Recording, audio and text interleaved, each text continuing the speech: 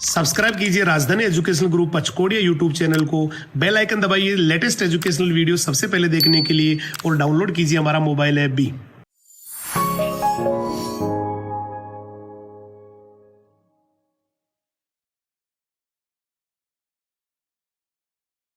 जय हिंद, जय राजधानी। नेक्स्ट क्रॉप पढ़ते हैं अपन पपाया, पपीता।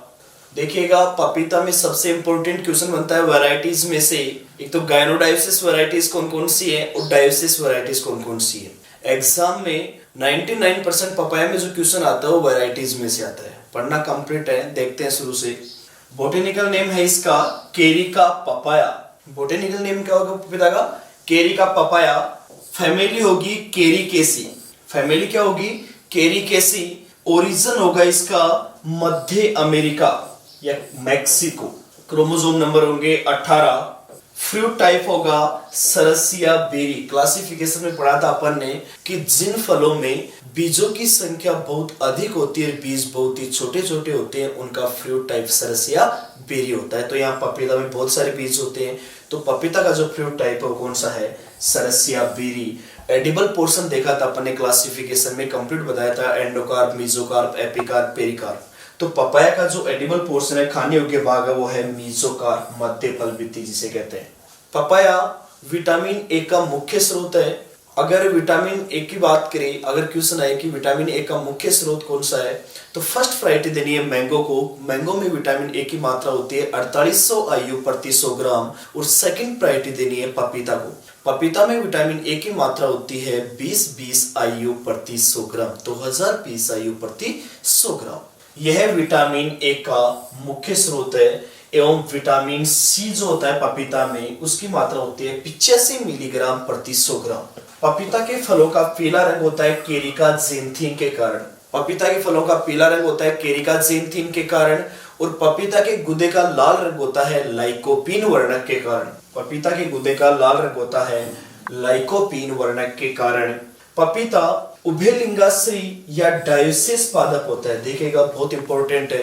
पपाया और खजूर दोनों डायोसिस होते हैं। इसमें मेल और फीमेल जो ऑर्गन्स होते हैं दोनों अलग अलग प्लांट पर होते हैं। एक होता है मोनोसिस, एक होता है डायोसिस। मोनोसिस में तो क्या होता है कि प्लांट तो एक होता है, लेकिन एक ही प्लांट पर उस पर ही मेल होता है, उसी पे फीमेल होता है, लेकिन उन दोनों की लोकेशन क्या होगी? अलग अलग होगी। यानी कि एक ही प्लांट पर नर और मादा ऑर्गन्स का अलग अलग जगह पाया जाना तो कहलाएगा मोनोसिस, और नर और मादा ऑर्गन्स का अलग अलग पौधों पर पाया जाना कहलाता है डायोसिस। तो पपाया और खजूर दोनों इंपॉर्टेंट है, याद रखिएगा, दोनों डायोसिस होते हैं। पपीता पहला ट्रांसजेनिक फल है। बहुत बार एग्जाम में, अभी असिस्टेंट एग्रीकल्चर ऑफिसर एग्जाम में आया था कि पहला ट्रांसजेनिक फल कौन सा है, तो वो कौन सा है? पपीता। जिनकी जीनोम कम किया गया तथा रिंग स्पॉट विषाणु से प्रतिरोधी किस्में, एक तो सनप और दूसरी रेनबो, सनप व रेनबो किस्में विकसित की गई। पपीता तेजी से बढ़ने वाला एवं शीघ्र उपज देने वाला फल है। पपीता के पौधे लगाने के 1 साल बाद फल देने लग जाते हैं। पपीता पाले एवं जल भराव के प्रति संवेदनशील होता है। बहुत इंपॉर्टेंट है, याद रखिएगा। अगर फ्रोस्ट की बात करें, पाले के प्रति बात करें, तो सबसे ज्यादा प्रभावित होने वाला फल है पपीता। अब देखिएगा ऑप्शन में कई बार पपीता होता ही नहीं है। पाले के प्रति संवेदनशील फ्रूट का नाम पूछा जाए तो फर्स्ट प्रायोरिटी देनी है पपीता को, और अगर पपीता ऑप्शन में नहीं हो तो सेकंड प्रायोरिटी देनी है आंवला को। तो पपीता पाले के प्रति एवं जल भराव के प्रति, यानी कि जहां पे पानी भरा हुआ रहता है, ज्यादा पानी रहता है, वहां उसके प्रति पपीता संवेदनशील होता है, उसका पपीता के ऊपर गलत प्रभाव पड़ता है। पपीता में परिवर्धन बीज द्वारा होता है। बहुत इंपॉर्टेंट है। पपाया के अंदर जो प्रोपोगेशन होता है वो किसके द्वारा किया जाता है? बीज द्वारा। परंतु आजकल टिश्यू कल्चर द्वारा भी पौधे तैयार किए जा सकते हैं। अगर बहुत कम समय में अधिक पौधे तैयार करने हो तो टिश्यू कल्चर द्वारा पौधे तैयार किए जाते हैं। लेकिन कॉमर्शियल प्रोपोगेशन की बात करें तो व्यावसायिक प्रवर्धन के लिए बीज द्वारा प्रवर्धन किया जाता है। पेट के रोगों में अचूक औषधि, पेट की बीमारियों के लिए पपीता बहुत ही मेजर इंपॉर्टेंट क्रॉप है। पपीता में मई से सितंबर तक फूल आते हैं। पपीता में फूल आने का समय है मई से सितंबर माह है। बीजों के ऊपर एक चिकनी परत पाई जाती है जो अंकुर में बाधा डालते हैं जिसे सार्कोटेस्टा कहा जाता है। पपीता के जो बीज होते हैं उनके ऊपर एक चिकनी लेयर होती है, वो परत जब पपीता का जर्मिनेशन होता है तो उसमें बाधा डालते हैं, उस परत को कहते हैं सार्कोटेस्टा। नेक्स्ट है केरिका केंडामार्सेंसिस, उत्परिवर्तित द्वारा तैयार पपीता है। पपीता की एक प्रजाति है केरिका केंडामार्सेंसिस, यह पपीता की म्यूटेंट उत्परिवर्तित द्वारा पपीता की एक प्रजाति है केरिका केंडामार्सेंसिस, जिसे उत्परिवर्तित द्वारा तैयार किया गया है। केरिका पेंटागोना, यह पाले के प्रति प्रतिरोधी है। पपीता की ऐसी प्रजाति कौन सी है जो फ्रोस्ट के प्रति, पाले के प्रति रेजिस्टेंट है, जिसका पाले के ऊपर जिसके ऊपर पाले का कोई फर्क नहीं पड़ता, वो है केरिका पेंटागोना। एक है केरिका कोलीफ्लोरा, यह वायरस प्रतिरोधी है। पपीता की ऐसी प्रजाति कौन सी है जिस पर वायरस का कोई फर्क नहीं पड़ता, वो है केरिका कोलीफ्लोरा। नेक्स्ट है पपीता की वह किस्म जिसमें नर पौधे उत्पन्न नहीं होते, यानी कि मेल जो प्लांट होते हैं वो प्रोड्यूस नहीं होते, वो है सनराइज सोलो। पपीता में जिब्रेलिन के 50 ppm का छिड़काव करने से मादा फूलों की संख्या बढ़ती है। पपीता के पौधों की बात करें तो उसमें फीमेल फ्लावर्स इंक्रीज करने के लिए जिब्रेलिक एसिड के 50 ppm के घोल का छिड़काव किया जाता है। पपीता में नॉर्मल जो सामान्य TSH की मात्रा होती है वो होती है 13 से 14 डिग्री ब्रिक्स। अब बात करते हैं पपेन की। जो पपीता के अधपके फलों से जो लेटेक्स प्राप्त किया जाता है उससे पपेन प्रोटीन बनाई जाती है। तो पपेन क्या होता है देखिएगा, और किससे प्राप्त किया जाता है, कब प्राप्त किया जाता है, कितनी प्रोटीन होती है, इनकी बात करते हैं। पपेन की बात करें, कच्चे फलों से प्राप्त लेटेक्स से पपेन तैयार किया। जो अधपके फ्रूट्स होते हैं पपीता के, उनसे जो सफेद दूध सब होता है उससे क्या कहते हैं, पपेन प्राप्त किया जाता है, उसे पपेन कहते हैं, जिसे पपेन प्रोटीन तैयार की जाती है। पपेन एकत्रित करने की अवस्था है 3 से 4 महीने या 100 दिन। जब फ्लोरिंग होती है उसके 3 से 4 महीने बाद, यानी कि जिस टाइम पपीता पकता नहीं है या पूरे पपीता के फलों की पूरी ग्रोथ हो जाती है और उनका रंग हरा रहता है, उनका रंग पीले में कन्वर्ट नहीं होता, उस समय पपीता से पपेन एक्सट्रैक्ट किया जाता है। इसका उपयोग पेट संबंधी औषधियों बनाने व चमड़ा उद्योग में किया जाता है। पपेन में पेप्सिन नामक एंजाइम पाया जाता है जो पाचन तंत्र के लिए लाभदायक है। अब देखिएगा इंपॉर्टेंट है, पपेन में प्रोटीन की मात्रा, पपेन में प्रोटीन की मात्रा ये होती है 72.2%, 72.2% इसमें प्रोटीन की मात्रा होती है। एग्जाम में पूछा जाता है पपेन में प्रोटीन की मात्रा कितने प्रतिशत होती है, 72.2%।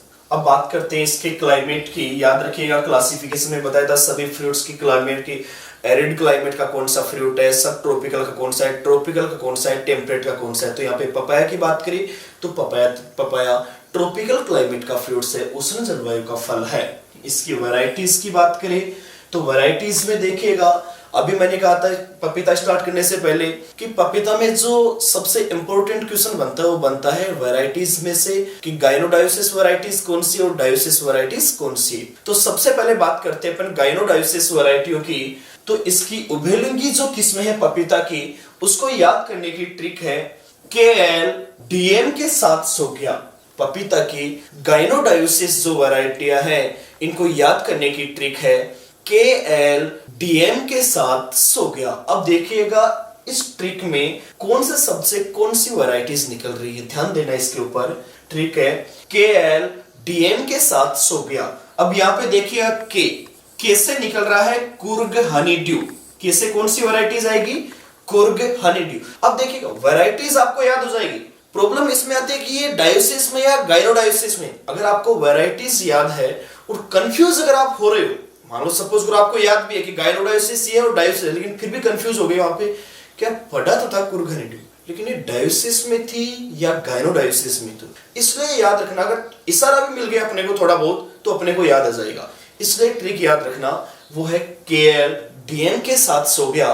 तो यहाँ पे देखिएगा के से कौन सी वैरायटी निकल रही है, कुर्ग हनी ड्यू। कौन सी निकल रही है, कुर्ग हनी ड्यू। अब देखिएगा एल है, एल से निकालिएगा लेडी, एल से कौन सा निकलेगा, लेडी। अब लेडी से पहले क्या लगा हुआ है, रेड। इसको भूल जाओ क्योंकि वैरायटी रेड अलग नहीं है, लेडी अलग नहीं है, कोई दो अलग अलग वैरायटी तो नहीं, एक ही वैरायटी है। तो लेडी एल से निकालिएगा लेडी तो याद आ जाएगा कौन सी होगी, रेड लेडी। इसी प्रकार देखिएगा डी, ट्रिक में डी भी है, डी से निकल रहा है डेलेसियस, डी से कौन सी आ रही है, डेलेसियस। अब डेलेसियस कोई ऐसा तो है नहीं कि इसमें अर्का डेलेसियस भी है, पूसा डेलेसियस भी है और कुछ डेलेसियस भी है, एक ही है पूसा डेलेसियस, तो कौन सी हो जाएगी, डी से पूसा डेलेसियस। इसी प्रकार एम, एम से क्या हो जाएगा, मेजेस्टी, एम से क्या हो जाएगा, मेजेस्टी।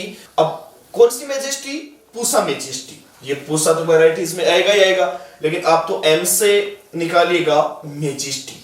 इसी प्रकार देखिएगा के, आगे वर्ड कौन सा रहे, के एल डीएम के से निकालिएगा को3, के से कौन सा निकाल रहेगा, को3। सात सो गया, सा से निकालिएगा सनराइज सोलो, सा से कौन सी किस्म आ रही है, सनराइज सोलो, सा, या इसमें आप से भी लिख सकते हो, तो लेकिन यहाँ पे ट्रिक में सात है तो सा लिखो चाहे से लिखो एक ही बात है, तो से आ जाएगा सनराइज सोलो। और लास्ट वैरायटीज बच गई यहाँ पे एक सो, यहाँ पे सो से निकाल देना सूर्या, सो से कौन से निकालोगे, सूर्या। तो ये सब जो वैरायटीज हैं ये है गायनोडायोसिस किस्में, बहुत इंपॉर्टेंट है, एग्जाम में पूछा जाता है कि निम्न में से पपीता की गायनोडायोसिस प्रजाति कौन सी है और डायोसिस प्रजाति कौन सी है।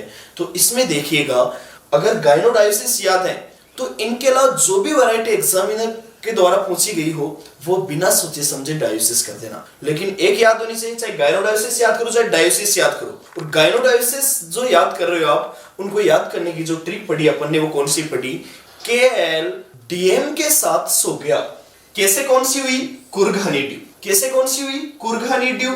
एल से कौन सी हुई, लेडी, एल से कौन सी हुई, लेडी, लेडी कौन सी, अब ऐसा तो नहीं कि सफेद रेडी लाल रेडी अलग अलग है, इसमें तो एक ही है, रेड लेडी। डी, डी से कौन सी हुई, डेलेसियस, अब डेलेसियस कौन सी, पूसा डेलेसियस।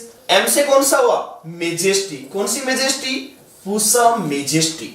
और के से हो गया CO3 और स से हो गया सनराइज सोलो और सो से सूर्या। ये जो वैरायटियां हैं ये है गायनोडायोसिस किस्में।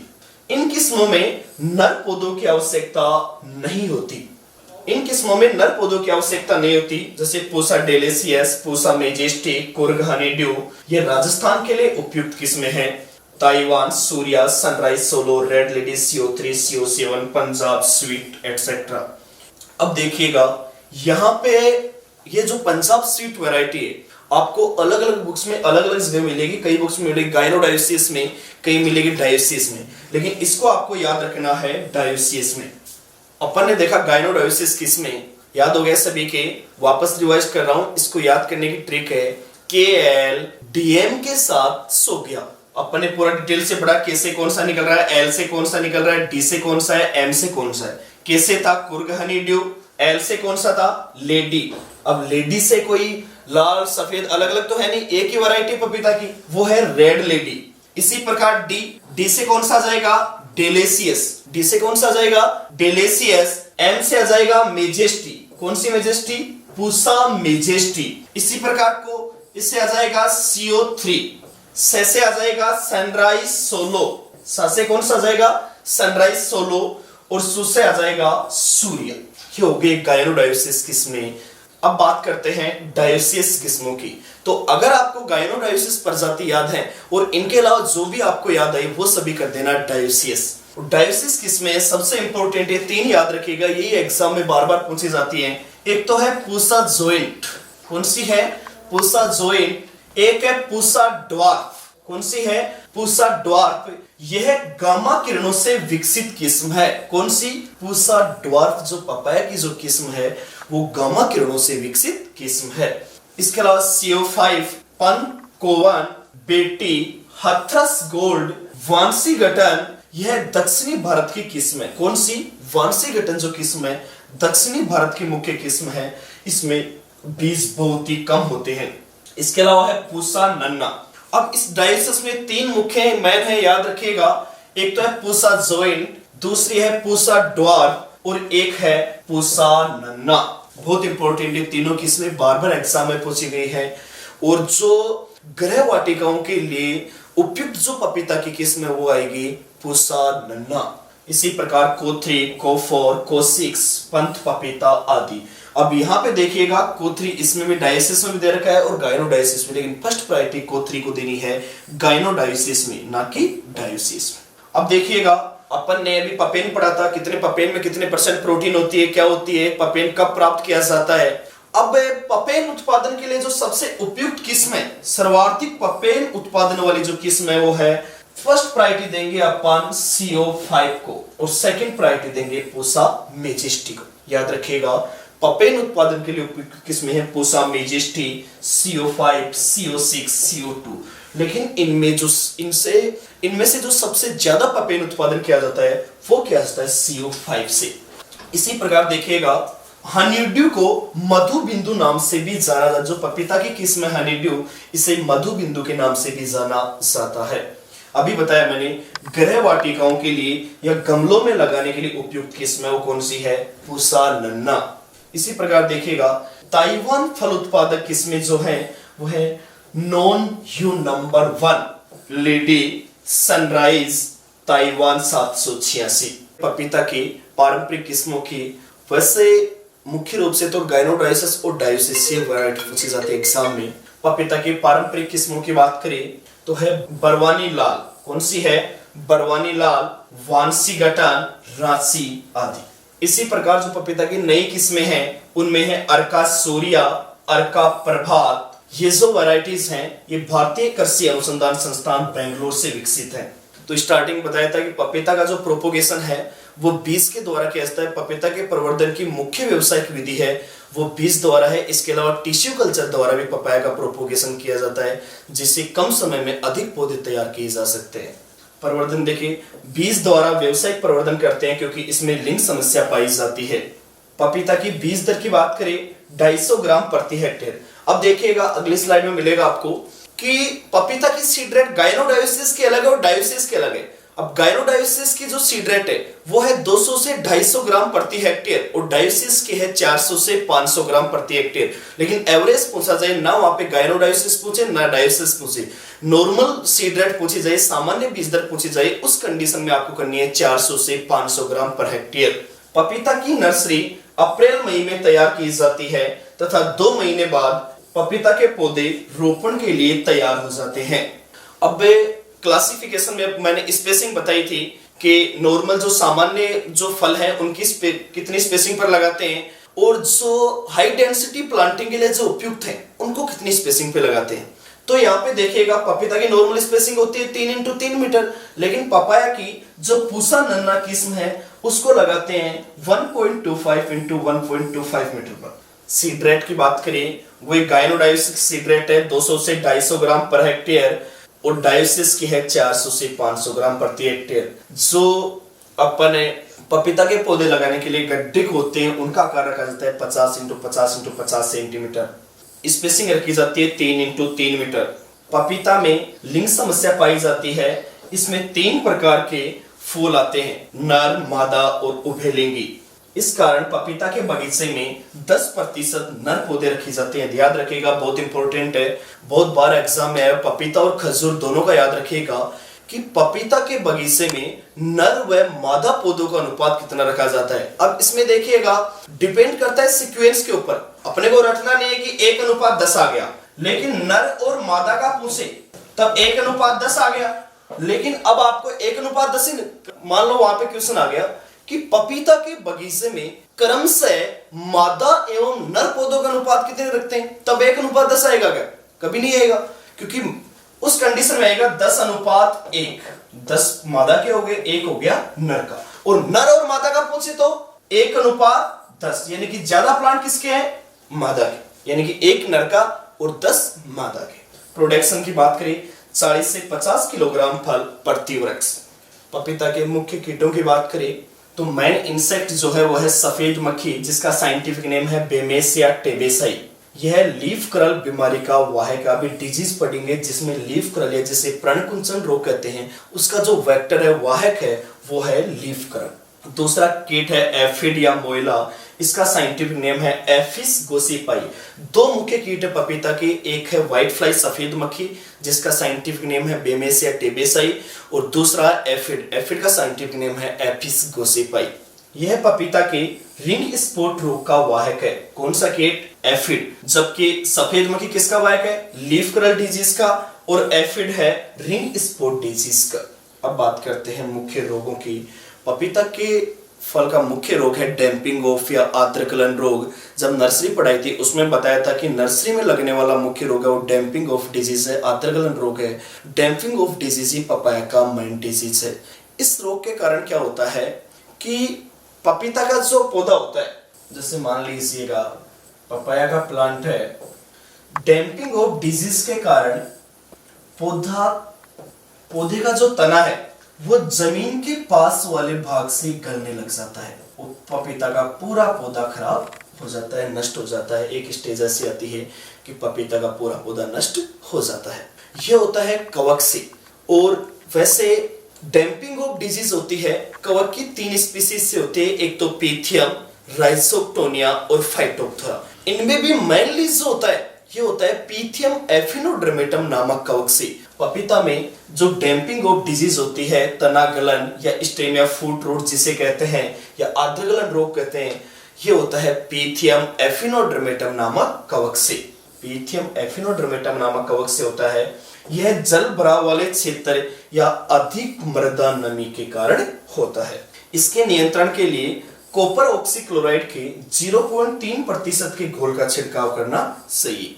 इसी प्रकार पपीता व केले में पाला अधिक नुकसान पहुंचता है। इससे पहले बात की थी अपन ने कि सबसे ज्यादा जो नुकसान होता है पाले से वो होता है पपीता को, और सेकंड प्रायोरिटी देनी है आंवला।